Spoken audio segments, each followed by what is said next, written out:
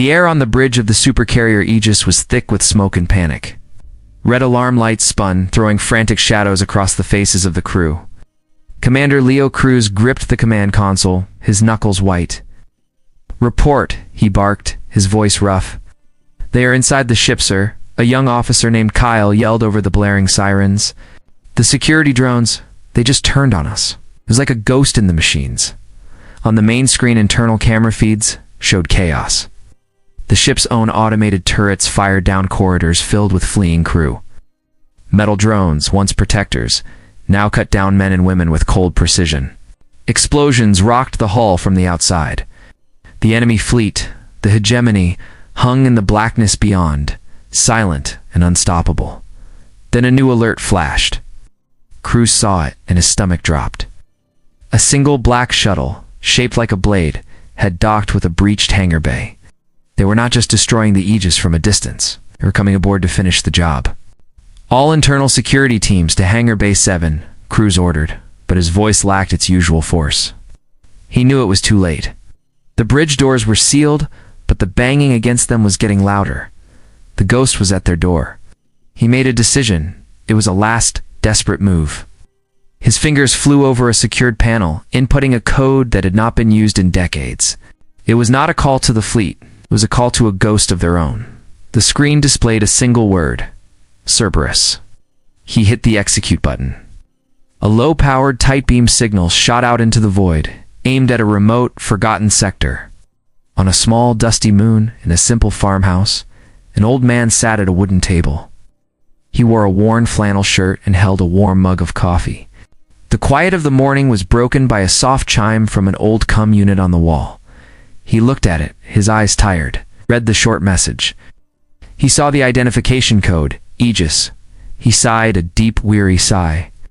He put the mug down, the coffee untouched. He walked out the back door into the dry air and across the dusty yard to a large rundown shed. He pushed the creaking door open. Inside, under a heavy, dusty tarp, was a large, bulky shape. He pulled the tarp away. It was not farming equipment. It was a cockpit, old and scarred, built into a crude framework. He slid into the pilot's seat, the leather cracked with age.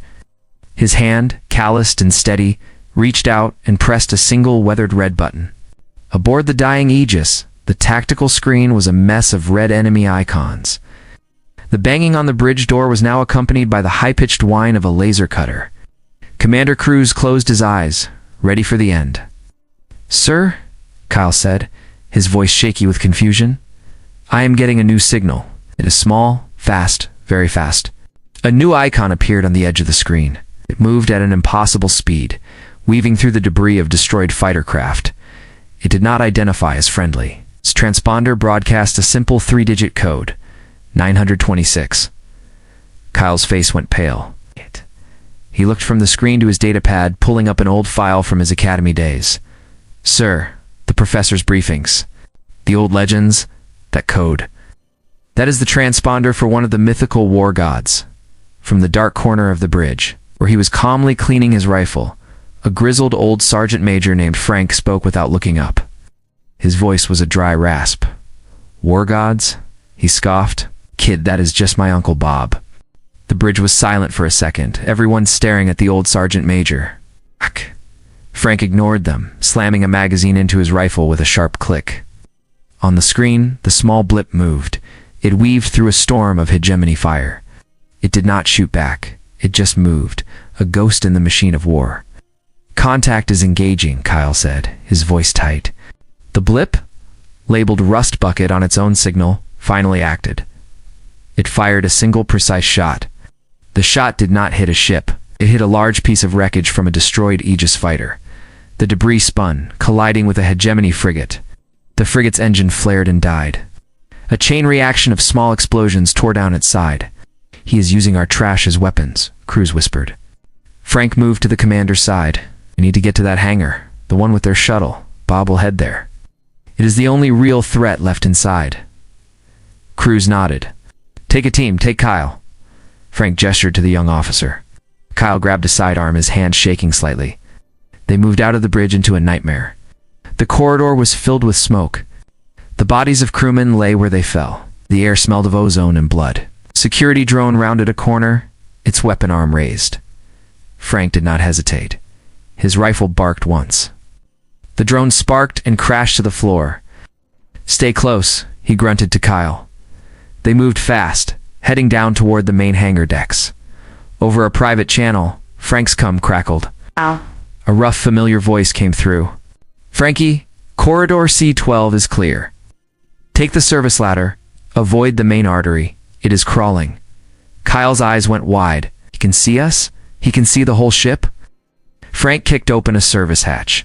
He built half these systems. Or he fought people who did. Move. As they climbed down, another voice, calmer, came over the general ship channel. It was Bob. "Leo Cruz. Your point defense battery 7. It is still online, but its targeting is compromised. Manual override. Code 926. Have it target the frigate on your port side. It's the one with the flickering shield." On the bridge, Cruz scrambled to obey. He input the code. The battery, previously silent word to life, spun and fired a full burst into the side of the hegemony frigate. The frigate's shield failed. Its hull cracked open, spilling fire and air into the void. Kyle looked at Frank with pure awe. "He is a god." Frank shook his head as they ran. "He taught me how to fish, burn the hot dogs every single time." The contrast was jarring. They reached the blast doors to Hangar Bay 7. The sounds of battle were loud on the other side. Frank peered through a cracked viewport. Inside, the hegemony shuttle sat, its ramp down. A full squad of 12 shock troopers in black armor had formed a perimeter. They were heavily armed. Then the hangar roof exploded.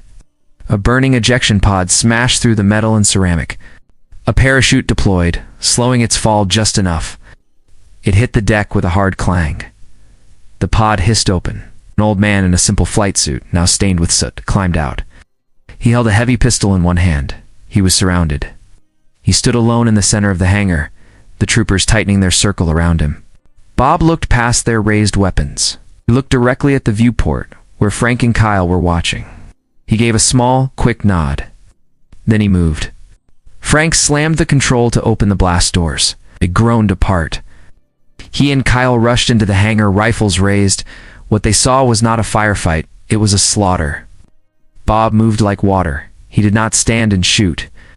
He dropped low as the first trooper fired, the blast going over his head. His own pistol cracked once. The trooper fell. Bob was already rolling behind a cargo crate, kicked a small toolbox across the floor. It slid into the legs of another trooper, who stumbled. Bob shot him before he hit the ground, used everything.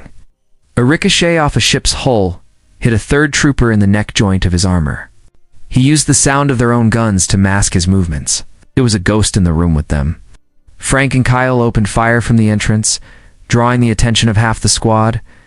It was all the opening Bob needed. Moved into the confused group. His elbows smashed into a helmeted face. He grabbed a trooper's arm, used the man's own weight to throw him into two others. His pistol fired twice more. 2 more fell. Ow! In 10 seconds, it was over. 12 elite shock troopers lay dead on the deck. The only sounds were the hiss of escaping air from a damaged wall and the low hum of the enemy shuttle. Bob stood panting in the middle of the carnage. He pressed a hand to his left arm. Blood welled between his fingers, dark against the gray flight suit. Frank rushed to his side, pulling a field bandage from his pack. "You are hit. It is nothing," Bob said, his voice a low rumble. He let Frank wrap the wound, his eyes scanning the hangar, always moving. Kyle stood frozen, staring at the bodies. He looked at the old man like he was seeing a monster or a saint. "The war you fought," Frank said, his voice tight as he tightened the bandage. "They told us it was over. They said the Cerberus unit was gone, disbanded." Bob looked at his nephew. His eyes were old and tired. It never ended. It just changed their name. He pointed a bloody finger at the black shuttle, the hegemony. "They are the children of the ones we fought. They were raised on stories of their parents' defeat, they learned. They built their new tech from our old designs. We stole them." Kyle finally found his voice. "So they know how you fight." Bob gave a grim, dry smile. "They know how I fought." 40 years ago, he walked to a terminal on the wall, ignoring his wound. He pulled a small, strange device from his pocket and plugged it into the console. The screen lit up with streams of code. Their ghost weapon is based on my early work. I can turn it against them, scramble their whole network. Frank watched the code fly. What will it do to our systems? Bob's fingers flew over the terminal. The same thing. It is a scorched earth protocol. It will fry every network system on the Aegis. Permanently. The ship will be dead. Before Frank could protest, sharp hiss cut through the hangar. It came from the hegemony shuttle. The inner airlock door was opening. A figure stood in the doorway, clad in polished black armor. The helmet retracted, folding back into the collar. The man inside was about Frank's age, with sharp features and cold, calm eyes. He looked directly at Bob. Bob went very still. The blood seemed to drain from his face. He knew this man. The man in the doorway smiled. It was not a friendly smile. "Hello, Bob," he said. "Still using a hammer when the job requires a scalpel."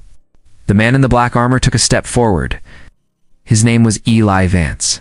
He moved with a relaxed confidence that filled the hangar with danger. "You look old, Bob," Eli said, his voice smooth. "I heard you retired. I thought you would be dead by now." Bob's body was tense. "I thought you were dead, Eli. I saw your ship go down."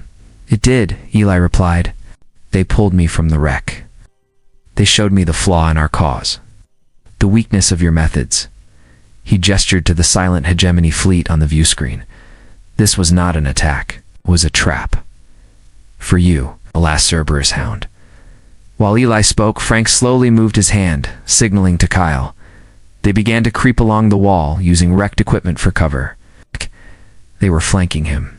Bob kept Eli's attention. "You built a whole fleet just to kill one old man?" "We built a fleet to finish a war," Eli corrected. "You're just the primary target." His eyes flickered to the terminal where Bob's device was still plugged in, still relying on brute force solutions, I see. A system wipe. How predictable. That was when Frank and Kyle moved. They opened fire from two sides. Laser blasts lit the hangar. Eli was faster than any man should be. He dropped into a crouch, his armor deflecting one shot. He returned fire without aiming, forcing Kyle to duck behind a crate. He was a blur of black motion. Bob charged. He was not fast, but he was direct. He slammed into Eli, driving him back against the shuttle's hull. It was not a graceful fight. It was two old soldiers trying to kill each other with their hands. Bob punched Eli's armored torso. Eli responded with a sharp blow to Bob's wounded arm. Bob grunted in pain but did not yield. Frank joined the fight, grabbing Eli from behind. Eli threw him off like a rag doll. Frank hit the deck hard. Eli turned back to Bob, drawing a long, wicked combat knife from his hip. "The past must be erased, old friend," Eli said, lunging. Bob was slower, tired, and hurt. He blocked the knife, but Eli's enhanced strength drove him back. The blade inched closer to Bob's throat. Frank, shaking off his daze, saw what was happening. He scrambled up and tackled Eli's legs. The move was clumsy, but it was enough. Eli stumbled, his thrust going wide. The knife sliced deep into Bob's side but missed anything vital. Bob cried out but used the moment. He grabbed Eli's knife arm and twisted. There was a sickening crack. Eli snarled in pain and dropped the blade. At that moment, a loud final beep came from the terminal. Bob's scorched earth protocol was complete. The effect was instant. On the view screen, the hegemony ships suddenly drifted, their lights going dark. Their weapons stopped firing. The digital ghost was gone, but inside the Aegis, every light went out. The low hum of the engines died, replaced by an eerie silence. The red emergency lights flickered on, casting a bloody glow. The ship was dead. Life support was failing. The air grew cold. Eli, clutching his broken arm, began to laugh. It was a harsh, painful sound. "You did it, Bob. You stopped one fleet." He tapped his wrist console with his good hand. "But you took the bait." A new alarm blared, weak, on the backup power. On the screen, a massive shape tore out of FTL directly above them. It was a hegemony world killer, a city-sized ship. Its central weapon, a giant plasma cannon, began to glow with a terrible green light. It was aiming at the helpless Aegis. "The main invasion fleet enters the system now," Eli said, his laughter fading into a cold smirk. "You saved this ship just to die in a much larger fire." The world killer filled the view screen, a mountain of dark metal. The green glow of its main weapon grew brighter, charging to destroy the dead ship. Eli Vance smiled through his pain. "Right." Bob leaned against the terminal, blood soaking his side. His breathing was ragged. He looked at Frank and Kyle. There was no fear in his eyes. Only a hard, final decision. "The shuttle," Bob said, his voice a rough whisper. "Take it. Its systems are isolated. Will not be affected by the scramble. Its identity signal will mark you as friendly." Frank shook his head. "We are not leaving you." "You are not," Bob said, pointed a trembling finger at the screen. "Your target is that ship, not the bridge. Go for its main engineering core. It is the only way to stop that weapon. Its shields are down. This is your only chance." It was a suicide mission. Kyle looked sick. Frank stared at his uncle, understanding dawning on his face. Bob was not coming with them. "What are you going to do?" Frank asked, though he already knew. Bob did not answer. He turned back to the terminal. His hands moved slowly, typing commands into the Aegis's dead systems. He was using the last of the emergency backup power. "Go now!" Frank grabbed Kyle's arm. "Move." They ran toward the hegemony shuttle, gathering the few other surviving Marines on their way. Eli Vance tried to stand, to stop them, but a Marine shoved him back to the deck. Inside the shuttle, Frank took the pilot's seat. The controls were strange, but simple. The engines hummed to life. The hangar bay doors without power were stuck shut. "How do we get out?" Kyle yelled. Then the entire Aegis shuddered. A deep, groaning roar echoed through the hull. On the shuttle's screen, they saw it. The massive supercarrier was moving. Bob had done the impossible. He had triggered an emergency burn on the carrier's primary maneuvering thrusters. The Aegis, a million-ton ghost ship, began to drift forward. Then it accelerated, picking up speed, aiming directly for the heart of the World Killer. "No," Kyle whispered. The hegemony ship saw the threat too late. It tried to turn, but it was too slow, too big. The Aegis slammed into its side. Metal screamed against metal. The carrier tore a massive hole in the World Killer's hull, a fatal wound. "Now," Frank shouted. He flew the shuttle through the chaos straight into the tier the Aegis had created. They plunged into the enemy ship's innards. They fought their way to engineering, planting their explosives on the power core. They ran back to the shuttle as alarms blared all around them. They escaped just as the charges detonated. The World Killer erupted from the inside, a chain reaction of fire that tore it in half. The green light of its weapon died forever. Silence fell in the shuttle. They had won. They floated in the debris field, watching the remains of two giants burn. Frank's personal cum crackled, a weak, broken signal. It was Bob. No grand words, no final speech. Just his uncle's voice, tired and faint. "Tell your mom I am sorry I missed dinner." The transmission cut to static. Kyle looked at Frank, his face pale, his eyes full of tears for the legend he had just met. Frank closed his eyes for a long moment. He saw the old man in the flannel shirt sipping coffee. He saw the warrior in the bloody flight suit. He opened his eyes and looked at the young officer. He shook his head, a sad, proud smile on his face. "Do not look at me like that," Frank said softly. He was not a war god. He was not a legend. He turned to stare out the viewport at the endless stars. "That was just my Uncle Bob.